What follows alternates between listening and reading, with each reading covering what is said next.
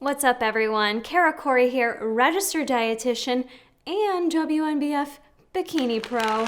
That's right, you guys still tend to ask me a lot of bikini competition-related questions. And most recently, when I was at the Arnold, a bunch of you came up to me and said you really enjoyed my prep series, all the information I've put on the YouTubes for competing, that you've just found it very helpful. So I thought, hey, I may not be competing, but I'm still a great resource for you guys. So I put out to the Insta stories and said, ask me any prep-related questions about competing, and I'm going to answer them for you here in this video. One of the first questions says, is your 12-week course still relevant since you haven't competed in a while? I can't afford a coach. Yes, and I am horrible at being a salesperson. So I do have a 12 Weeks to Bikini Pro ebook online at karacorey.com. I don't advertise it very much, but I put a lot of time and energy into it, and you actually get a full 17 weeks out of it. All the information in there is still absolutely relevant. There hasn't been much that's changed with how I would advise competitors to go about their prep, but it is a really great resource, especially if you're someone that can't afford a coach. That is the reason why I developed it. Although I have a lot of information on YouTube, it takes a long time to kind of search through, sort through, and find everything. I've taken the time and put it into a nice little package for you guys. So that is available. I just never promote it, but that's a great option for you guys if you can't afford a coach. If you guys do happen to purchase the ebook, just shoot me an email, mention you saw this video and that you purchased it, and I will refund you 100 bones. Okay, how to stay on track when none of your friend gang understand. That can be tough because for most of us when we compete, there's going to be people that don't understand why we're doing it or why would you ever want to do it. There's always haters. I used to have the same haters when I was marathon training. So it doesn't matter if it's competing, running a marathon, or writing a novel. You're going to have people that don't understand it because it's not their goal. It's your goal. So how you're going to stay on track is you have to have a strong purpose and a strong why for why you're competing, because you can't be competing because you think other people want you to compete or it's what's trendy or what's going to help you to lose weight. You have to have a good dang reason for why you want to compete. You have to have that fire in your belly where silly things like other people not understanding it isn't going to set you back. You may have people that try to discourage you, that try to get you off track with your diet. I had this happen nearly every prep. When people knew I was prepping, they would offer me extra food, or they would just leave it on my desk at work, or people would tell me I was looking too skinny and try to get me to eat something else. You're going to have people that either aren't going to get it, maybe they purposely sabotage you. So again, the only way that you're going to combat that is just having your strong purpose, because if you don't, you're going to have a rough day and it's going to be really easy to throw in the towel and to give in to that peer pressure. So you just have to do what you have to do to remind yourself of why you're doing it.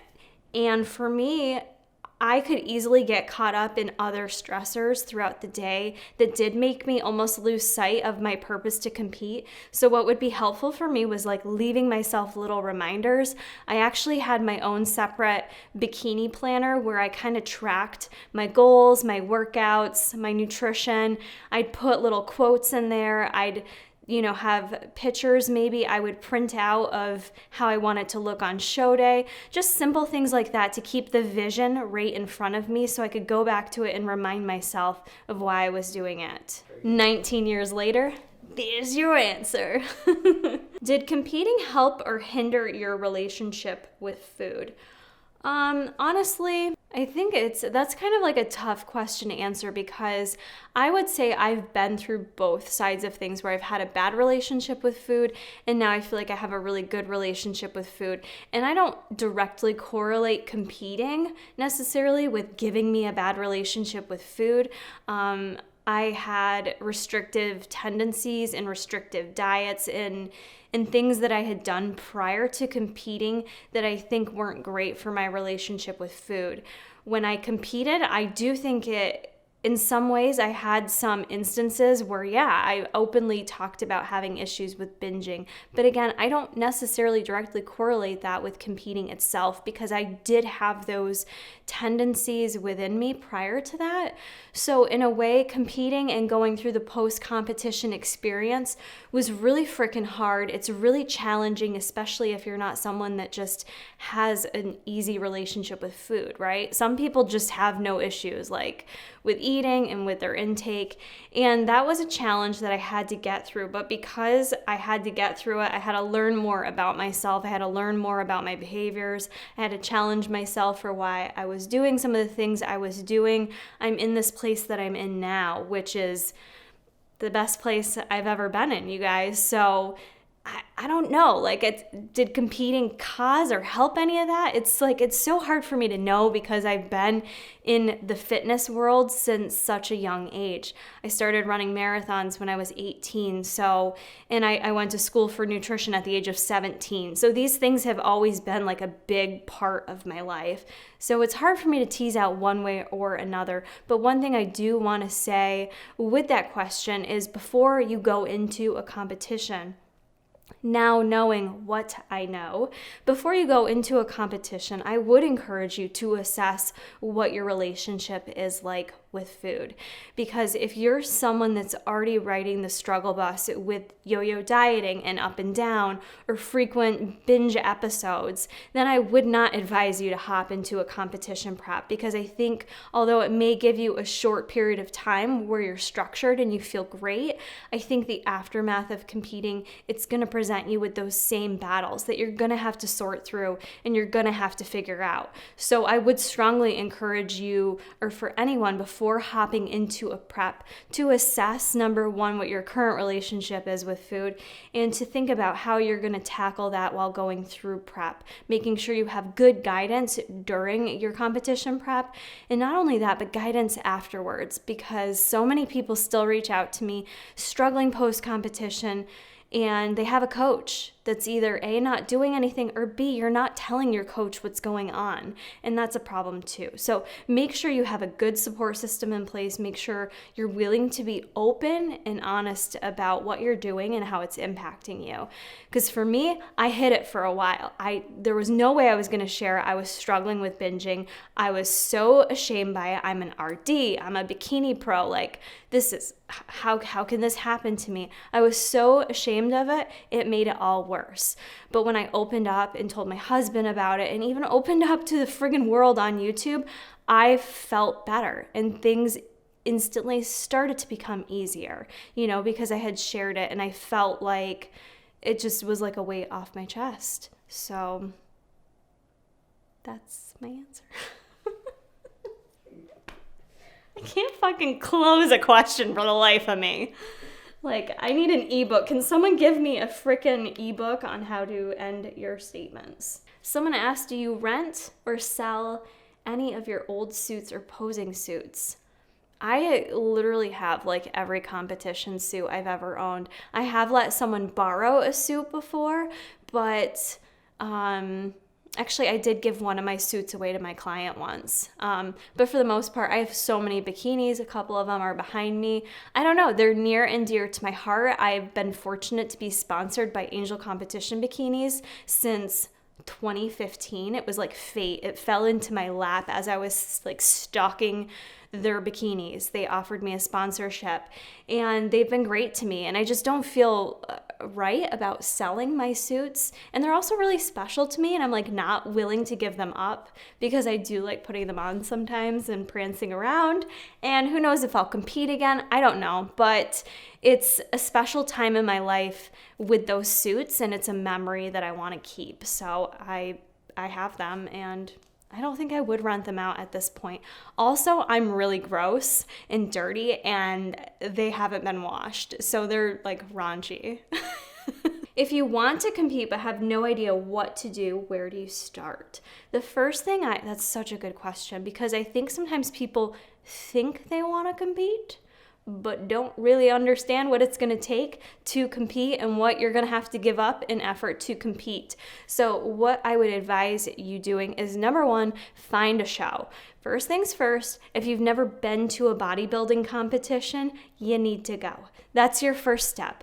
Go there for the full day, see prejudging, see the night show, maybe talk with competitors if you're willing to, and really see them on stage and see what they go through and see how you feel. Because when I was about to compete for the first time, I went to an NPC show and I was just like, it just gave me chills. I was envious of the girls walking around. I saw them on stage and I was like, oh, I want that to be me. I want to be up there, like, you know, being all sassy on stage. Like, it lit that fire within me saying, yes, yes, yes, I want to do this. So I think that's first thing. Go to a show and see if that's even an environment you feel comfortable in, because while the training aspect of prep is great, you need to be cool with what's going to occur on show day, because that's just such a big part of it. Even though in the timeline of things, it's a small percentage of prep, but you need to be okay with that. So go there, watch the show. Number two, I would talk to people who have done it. You know, talk to people who have experience in prep, talk to people who had a good experience with prep and how it impacted them, and really get a good understanding for what you're going to have to sacrifice. You can't fool yourself that things won't be sacrificed. There will not be a balance in prep. You can balance it as best you can, but things are going to have to give. Things are going to take a back burner. Relationships are going to take a back burner. Your energy is going to dwindle as prep goes on, and you need to be willing to kind of put your prep at the front of your life. So, I would just talk to people, get their experiences, and make sure it's something that you're understanding that you're okay with signing up for and that you're willing to devote your time for it, because there's nothing cringier than someone who signs up to do a competition and complains the whole time. There's no need for that. Like, first world problems, right? Because no one's forcing you to compete. No one says you should have to compete. If anything, competing kind of gets a bad name right now in social media world. So you do it because you want to do it. So have fun doing it. Have fun during the entire process. And I'm realistic. Look, you're going to bitch about it. You're going to have cardio sessions that suck. You may have days that you shed some tears because it's an emotional roller coaster. But what I'm saying is, don't sign up to do it and then hate the entire time and wish it was over and wish for that cheeseburger at the end of the day, because why? Like, why do that to yourself? Why be miserable? At least have fun with it. The challenge is tough, but try to put a positive spin to it where you're enjoying those challenges as hard as they get. How much does it really cost to compete? That's going to depend what organization you compete in. I can tell you right now, natural organization is going to be a cheaper avenue than your NPC route or doing a national show. Things that get expensive. Are you going to pay for a coach to prep you? Are you going to pay for posing lessons? Those are two things that you probably should pay for that are going to cost a pretty penny. You're going to have to pay for a competition suit. Yes, you can get it used if you want. That was never my gig, but you can do that. You're going to need to buy shoes. You're going to need to buy jewelry. You're going to need to get a spray tan the day of the show. A competition spray tan is not the same as hitting up your local Zoom Tan or Mystic Tan. Competition spray tans are usually anywhere from $100 to $150. So you're going to need to do that. You're going to need to think about hair and makeup. Are you skilled enough to do your own hair and makeup for the day of a show? That is not everyday makeup. You need to do a heavier look. It needs to be a more dramatic look, and your skin tone is going to be different. So you're probably going to need to also purchase different makeup than your everyday makeup. So there's expenditures there for the makeup itself, and then if you're going to pay someone to do hair and makeup, you're going to have to pay for the actual show to register, and depending on how many divisions you compete in, say if you're doing Bikini Novice and Bikini Open and you're going to cross over and do figure, each of those Each of those divisions is going to cost you more money for everyone you sign up for. And depending on the organization itself, say you do OCB or you do MPC, each organization is going to require you to be a member of their organization. So you're going to have to pay to get a membership with them. Then you need to think about travel expenses. Are you competing locally? Are you competing 3 hours away or maybe an entire state away where you then need to pay for transportation? You need to pay for a hotel. That's a lot of it. And then on top of that, you need to think about the food that you're going to pay for, right? Your food and nutrition and your training is going to be really important. Those are normal expenses for most of us entering the bodybuilding world. But in a whole, I would estimate it's going to cost you at least a couple $1,000s. So it is an expense, and it's not something that you should put yourself in debt for. That's stupid. Don't do that. It's not worth it. The stage isn't going anywhere. Don't do a GoFundMe account either. Again, that irritates me. Do a GoFundMe for a good reason, not to help you compete. Compete when you are financially able to compete. Be financially smart about it. Don't get yourself into debt, because the girls that step on stage with hand-me-down suits, use jewelry, and do their own hair and makeup, no, none of the judges know. None of the judges know if you spent an arm and a leg on your suit from the best suit company, or if you paid for the best hair and makeup person. You need to look good on show day, don't get me wrong, but spending more doesn't necessarily get you the best results on show day. But it's expensive.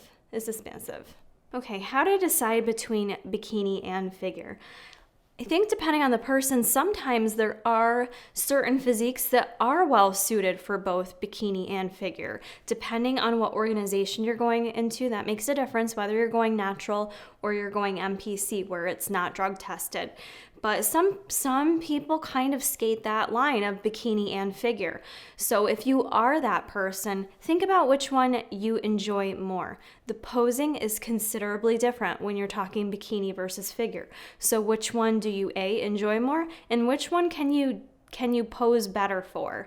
That's something to think about.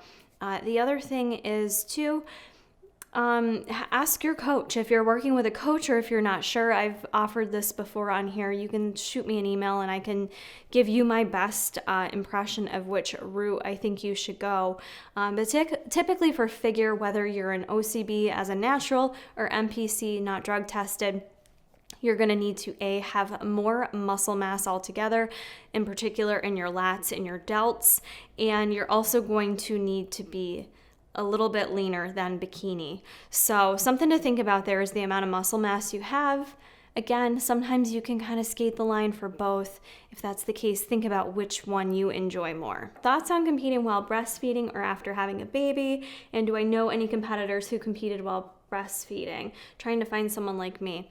Actually, yes, when I did my pro show, one of the girls I competed with had just had a baby, and she was breastfeeding the entire time. And she was so funny about it, because she was just very nonchalant and relaxed about it. But yeah, she had to, go pump milk that day for her baby. I don't have any personal experience with it, but it can absolutely be done. I've known plenty of women who, after they have a baby, that's one of their goals, to kind of encourage them to get their pre-baby body back, and they compete. So a lot of women compete after having a baby. I do hear a lot of women feel like they have to get the competition stuff out of their system before they have a baby. That's personal preference in terms of you and what your goals are, but there's nothing nowhere saying you can't compete after having a baby or while you're breastfeeding.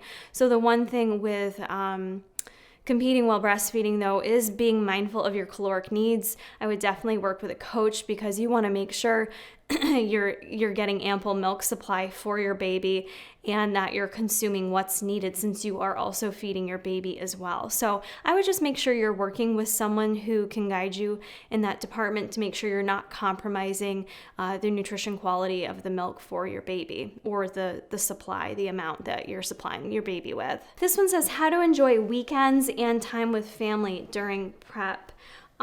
This is really going to depend on you as a person. I've been two different people during prep with this. I've had the times where I've literally not let prep impact the social aspect of my life, which I'm going to be honest, I'll have a very big social life here. I'm kind of a homebody, but I have had preps where I've gone on vacation, I've traveled, I've gone and saw my family, I've gone out to a bar. I've done those types of things while in prep, and then there's been other preps where when I have gone out to the social experience and couldn't partake in the same food, it pissed me off and it made me angry and it made me upset that I was prepping and couldn't eat the pizza or couldn't have the drinks. So it really depends on you as a person and the attitude you're taking.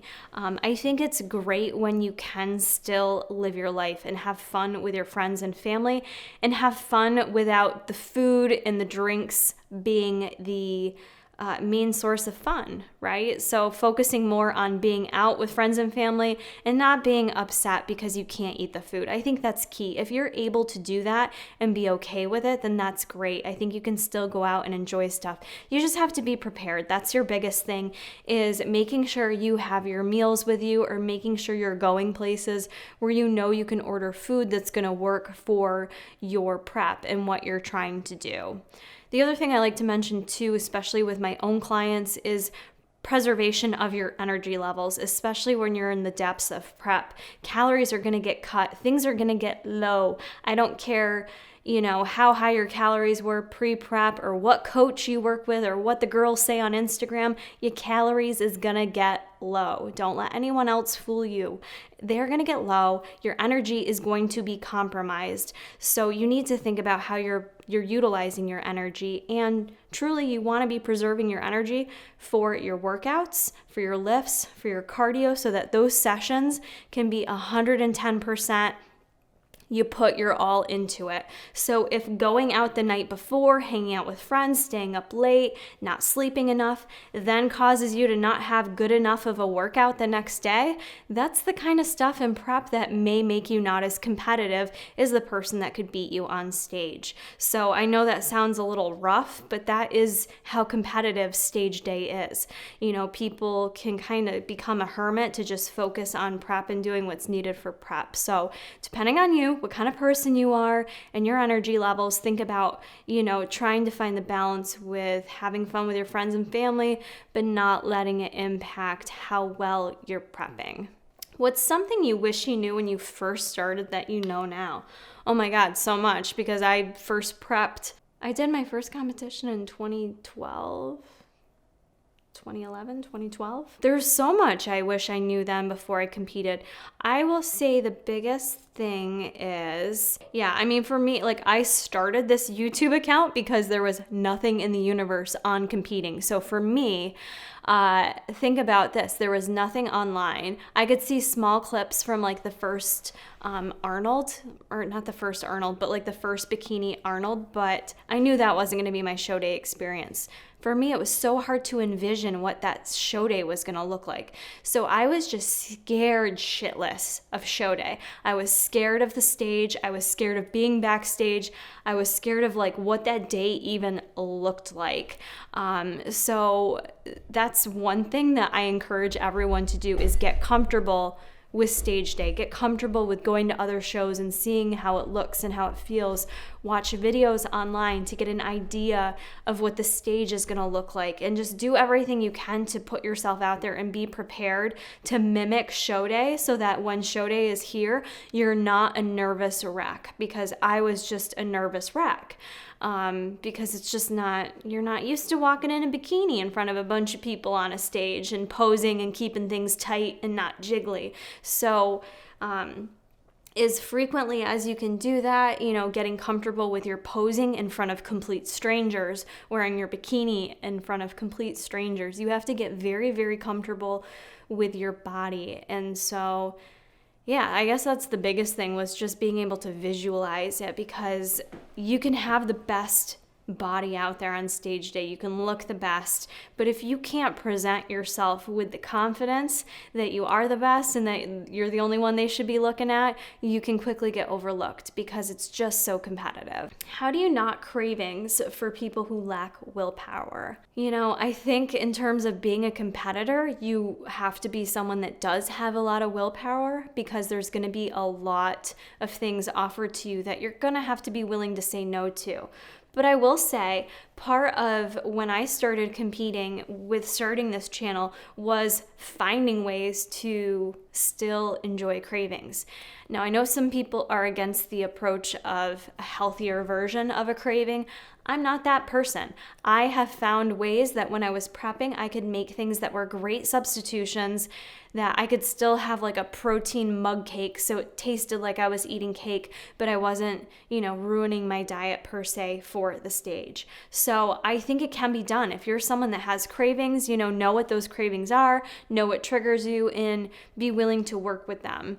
But also don't kid yourself. If you're someone that doesn't deal well with saying no, maybe prepping for you isn't right at this time, because it does take you down a very restrictive path with food, and you have to become black and white with food.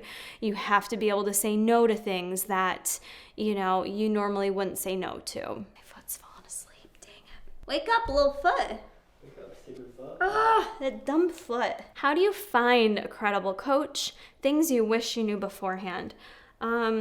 Finding a credible coach. So there's a lot of coaches out there on the market, as you guys know and see through social media. It's very easy to find coaches, but to find a credible coach, you need to do your research. You need to ask a lot of questions. It should almost be like an interview type process. So you need to ask a lot of questions to make sure this person is credible. Find out what their credentials are, what's important to you to have in a coach. Do you want someone who's a dietitian? Because there's a lot of us dietitians now who are doing bodybuilding type coaching, myself included, and Dylan Blair's another one who's a registered dietitian that does a lot of coaching for competitors. So if you're looking for someone who really knows the science behind things, you could go the RD route and look for that credential. There's also just asking the questions for how a coach works with you. Are they someone that just hands you your macros? Are they someone that just tells you this is what you're supposed to do? Or are they giving you explanations for why they're doing it?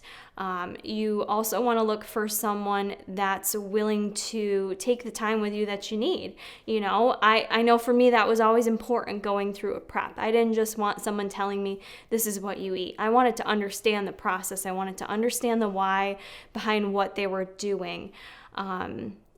And I think with being a credible coach too, you also need someone that's just going to be in your corner when you need it.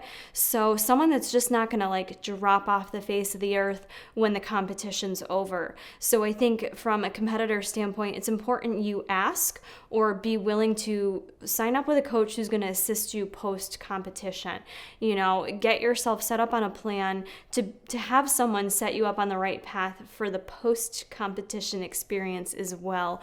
Because I think that sometimes where competitors, they just sign up to get them through the competition and they have no help afterwards, and that's where a lot of issues can occur, and then you don't have someone assisting you when you need it truly the most. I do think word of mouth goes a long way too. So if you're interested in a coach, or maybe people who have gone through a competition and had a good experience with their coach, ask them some questions.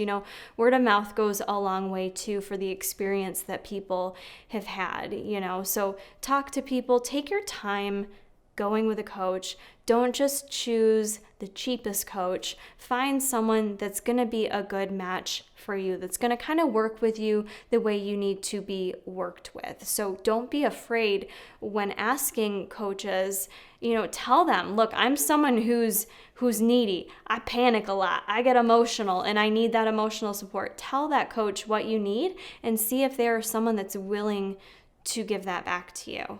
A good coach should be able to, but not every coach does that. I think that's what assists with having the RD education. It's not just the science. When we go through schooling, you learn the science, but we also go through counseling courses. We go through an internship process. I have worked with every type of person, I feel like, on planet Earth, that I can talk with anyone. I can meet anyone with where they're at, and I think help them work through it. But just because you won first place at your show, just because you are juiced to the tits.